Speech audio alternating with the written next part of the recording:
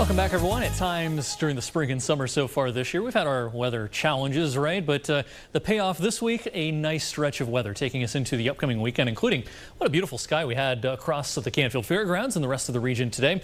Looked like a Bob Ross painting out there this afternoon with those poofy fair weather cumulus clouds around. And, you know, we're into July now, and that means the days are getting shorter, but it's a slow process right now. The days get shorter more rapidly later in the summer and into the fall season. In the month of July, we lose about 45 minutes of daylight from the start of the month through the end of the month. But again, especially early in the month, we don't lose much per day, about 40 seconds per day right now. Here's a live look outside in Canfield. A few darker clouds around, but these will fade away quickly. This evening, nothing's on the radar. We should stay dry.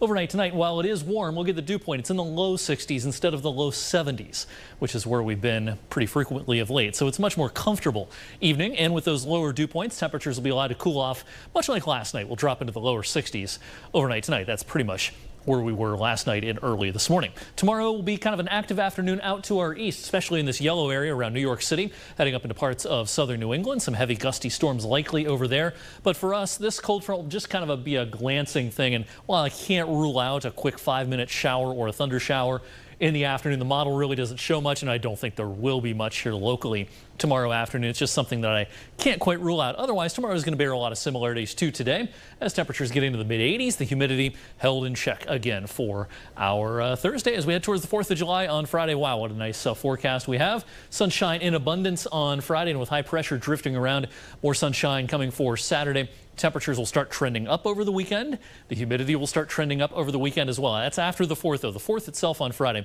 is looking very, very comfortable. Keep in mind, if you'll be celebrating the 4th on Friday and into the weekend or doing anything else outdoors, you got to pack the sunscreen at this time of the year. The sun is very strong, and the UV index will be 9 to almost 10 this weekend. Whether the weather is quiet or when it's a little bit busier, it's always good to have the Storm Tracker 21 app if you use an iOS device or an Android phone. The app is fantastic on both platforms. Many more features than those kind of pre-installed generic weather apps that you can get anywhere. And while those do have some features, our weather app has a lot more features. The weather over the weekend, yeah, it's going to turn hot and it's going to turn humid, but Friday itself, whether you have fireworks plans Thursday evening or Friday evening, I think the weather will be cooperative both days. But then over the weekend, 89 Saturday, 91 on Sunday.